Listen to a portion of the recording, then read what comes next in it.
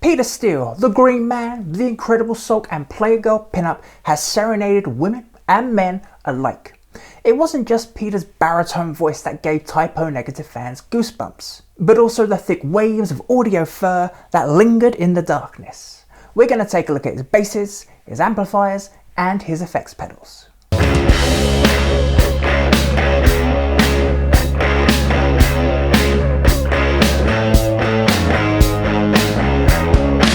Born in Brooklyn in 1962 and officially named Peter Ratajczyk, Peter grew up in a household of 5 sisters. Whilst he didn't come from a musical family per se, there was a great love of music within the Ratajczyk household.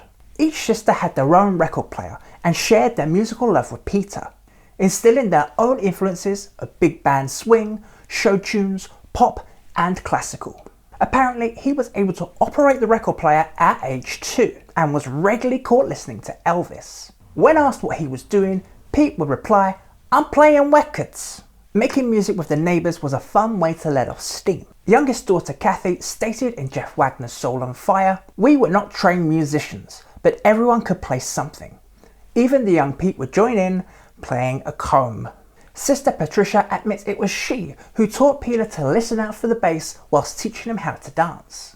Peter then took a liking to rock music, listening to the Beatles, the Rolling Stones and Cream.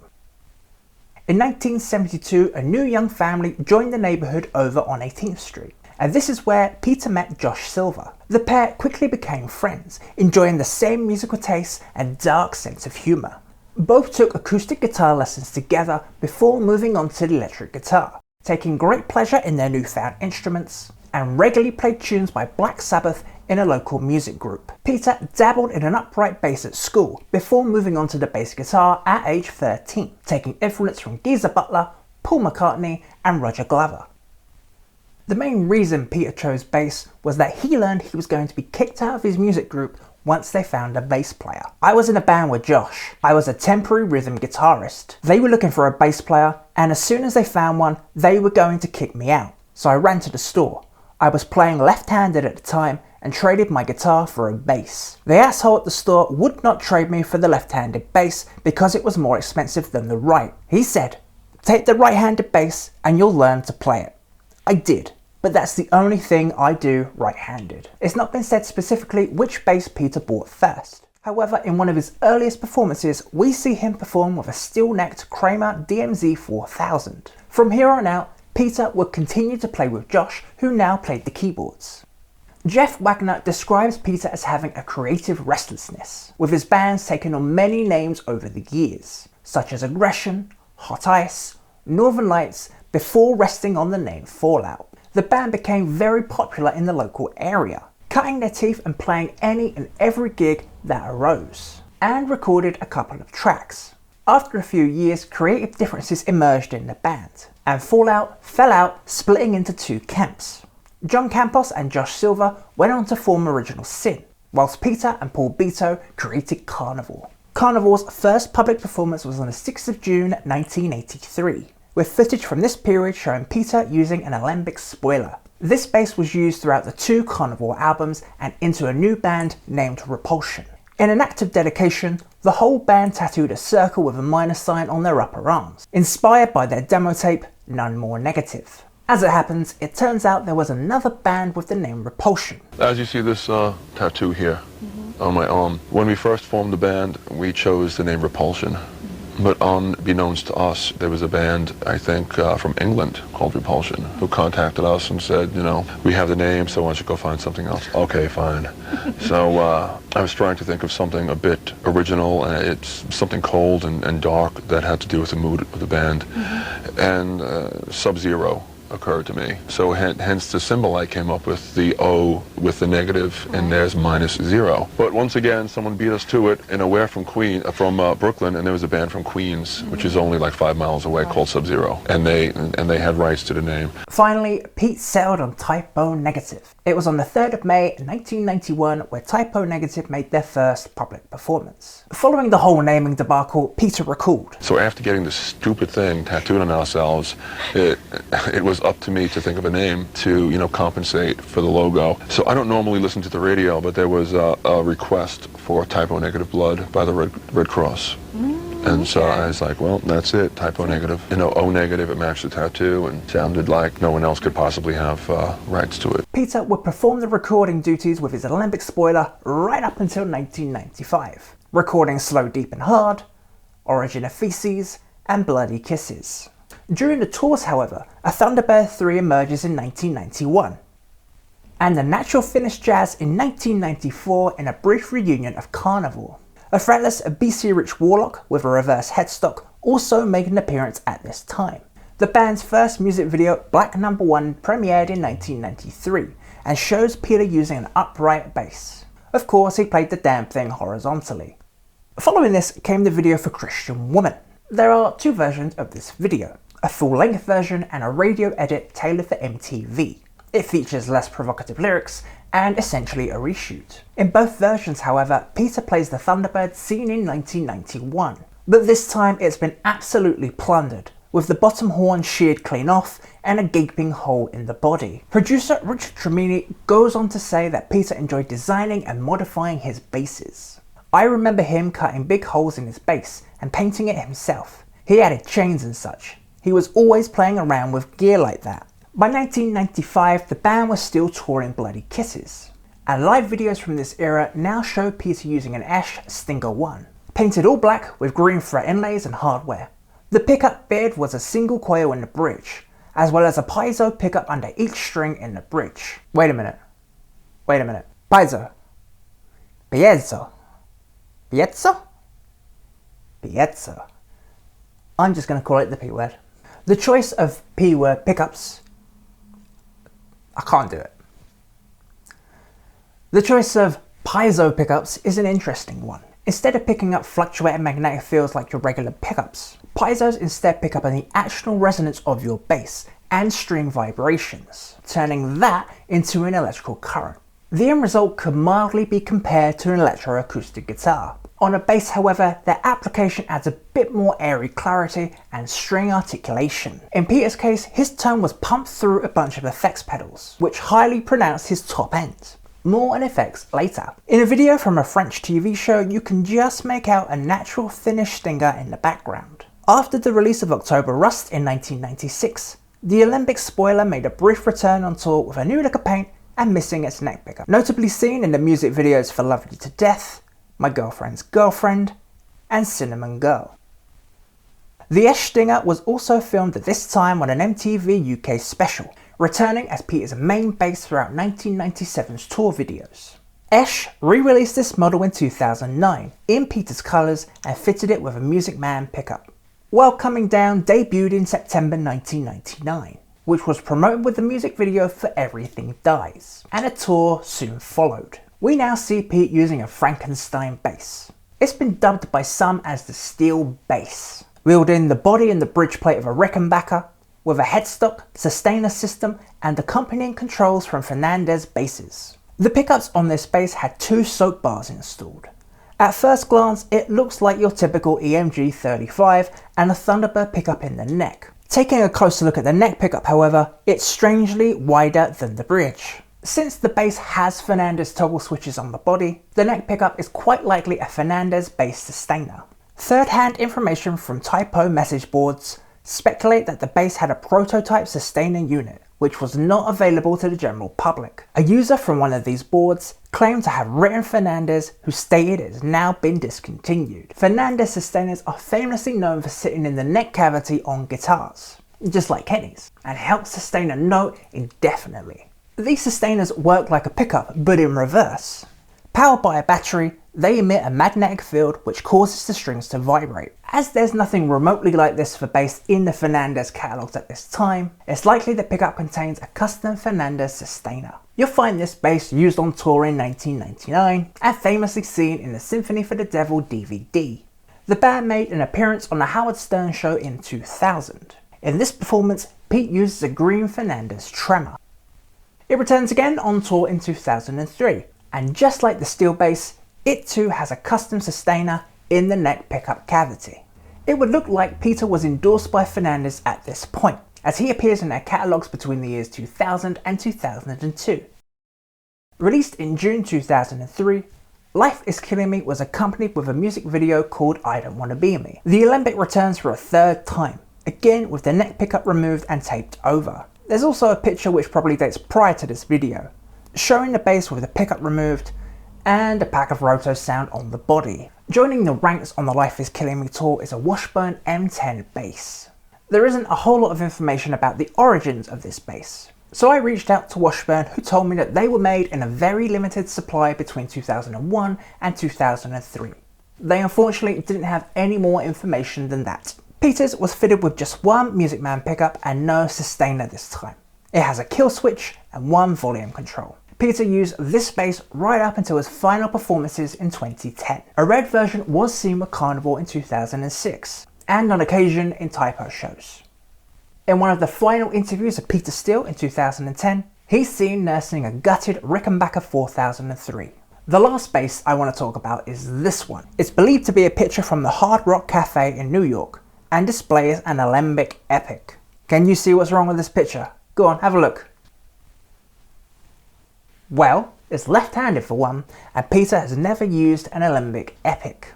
I have no idea what's going on here, but that doesn't look like Peter's bass. With that said, it does look like one of Peter Steele's M10 basses is on display at Duff's Bar in Brooklyn. Pete was a regular to the bar, and they yearly hold tributes in his name. Pictures from the days of Fallout show Peter using a 100-watt acoustic combo with a 15-inch speaker. It was given to him by a family friend. In the wake of Fallout, Peter's amplifiers were pretty straightforward.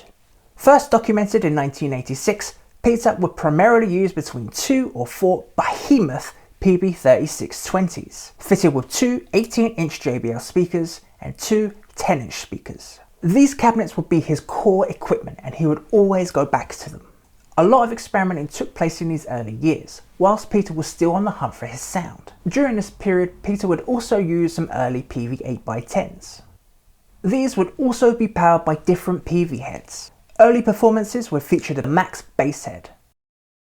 By the debut of Typo, these amps have finally settled down to Peavey 3620s and Mark IV bass heads. These cabs would almost certainly be used in the US domestic shows right up until the year 2000. Eventually, each cab was fitted with a pair of Paizo speaker horns, to the similar effect of his ESH Stinger 1 explained earlier, and accentuating his top end. Pete explains that, I added some Paizos in there because I used distortion, chorus and delay, and I like that sizzle sound. Like when you suck all the mids out and it's bottom and sizzle on top. Something of note also occurred at the 1994 Carnival reunion, where it appears Peter is using just one Mark IV head being sent to front of house. There are no bass cabs on stage. Everything here is a guitar cab. 1995 was a busy year for the band, with many tour dates across Europe. During this period, you're likely to see many variations in its amplifiers, which can only be attributed as loaner gear. At festivals in the Netherlands and Germany, you will find 3 Ampeg 8x10s, and on a French TV show appears 4 Hartke 4x10s. This picture here is believed to be taken on a Danzig tour of 1995. Through pretty much every show, his rack equipment would sit directly to his right. A possible reason for this comes from an interview of the magazine Livewire in 1996. Pete says, "We have these wedges that we keep right in front of us, because we like to use feedback extensively, because it covers all of our playing errors. We have these low wattage power amps that are 200 watts each. That way we can adjust the feedback when we're 100 yards away from our amplifiers and when we're on these giant stages. We don't have to yell at a monitor man trying to get the sound we want." You can see the Furman power supply, 2 Peavey bassist preamps, and 4 Mossvalve 800s with 1 as a backup. The gear on the right belongs to Kenny. As he mentions in an interview, he used the ADA preamp. The Mossvalves were replaced by 1996. With the addition of 3 Peavey CS12 power amps. In a 1996 interview of Livewire, a couple of months before the release of October Rust, he mentions he was using the 3620s as well as 4 4x12 tops to bring in mid-range feedback frequencies. I've seen no evidence of this on tour and can only presume this was used in studio. From the year 2000 onwards, things would change nearly every year. Firstly, those classic 3620s were updated with 3 Peavey 8x10 TVXs, with the speaker frame being painted Peter's trademark green. Pantone 369 if you're interested. These cabs come with one tweeter horn as stock. Some Mesa Boogie 8x10s were seen in 2003 and again likely a loner. In 2006, Peter played with Carnival at the Wacken Open Air Festival. He appears with 4 Ampeg 8x10 Classics and 2 410 PRs, powered by Peavey Pro Bass 500s. While there are some appearances of Typo using the Ampegs, that won't last long. The final incarnation of Peter's rig appeared in 2007, in promotion of the Dead Again album, with an array of Peavey equipment. That March, Peter was playing through 3 Peavey 8x10s, each fitted with an additional 2 Paizo horns. In his rack were up to 3 Peavey Max Tour heads, and up to 5 Peavey DPC 1400Xs. By the summer, the band were back in Europe, and it's here you're likely to see more loaner gear. The usual 3 Ampeg 8x10s return, alongside the Peavey 8x10s. Peavey Tour 700 heads were also seen that summer, powering some new Peavey VB8s. It's also worth noting Peter was listed as a Peavey artist in 2007, although they list the gear he uses as TVX 4x10s and 1x15s, neither of which have I seen in my research. One of the last performances hints at a change to Peter's power amps. You can just make out the blue light coming from this rig, and if I had to guess, they look like an early Peavey IPR. Peter is well known for having a sparkly, drony type of sound. Thankfully, it's quite easy to replicate. As Pete says in his own words, it's not a complicated setup because I'm a simpleton. I just need simple stuff, plug in, let's go. Earliest evidence for which effects Peter was using was in 1994. This here is an Araya Ape 2, and when you look at it, it has Peter's name written all over it. Distortion, chorus, delay is his dream pedal, all in one unit. Around 1995, his pedals were replaced with Boss pedals, a TU tuner, a DS1, a CH1 Super Chorus, aptly named Chorus, and a Boss delay. I use Boss boxes, which are made up of sheet metal. Even if some drunken 600-pound slob charges me on stage, all he's going to do is turn the pedal off. I tried using those other pedals and stuff, but I'm 6'6" and I wear size 15 boots. And with the fog machine on stage, I can't see what the hell I'm doing. In addition to this, Pete mentions he used a volume pedal, brand unknown, around 1996. The Boss pedals stayed with him right up into his final performances. You can just make out some hot glue injected under the dials here, holding the settings in place. During my research for this video, I can point to only one article where Peter talks about his gear, and quite frankly it leaves me wanting. I've encountered a few people suggest that Peter used an ABY splitter box, supposedly separating a clean feed with a tremolo alongside the effects feed and then recombining them. This is only third-hand information and I haven't been able to verify this myself. I do, however, think he used an AB rig. This would be easier to accomplish than splitting different feeds. Considering he usually had 3 8x10s, you could speculate he had a dry cab, a wet cab, and a mixed cab. Finally, we move on to strings. Again, for a man with such notoriety, there is hardly anything said about his equipment, unless you want to include that Paizo publication, which I'm not. He does, however, explain the way he tunes his bass. It was a result of listening to Black Sabbath's Master of Reality. That was the first album that you could obviously hear that something was going on with the tuning. After hearing that, when we formed Carnival, we tuned down a minor third, and when I formed Typo Negative, we took it one whole step further. So now I tune my bass B-E-A-D. It plays havoc on the instruments. It has nothing to do with my vocal range, it has more to do with sounding heavier and more drone-like.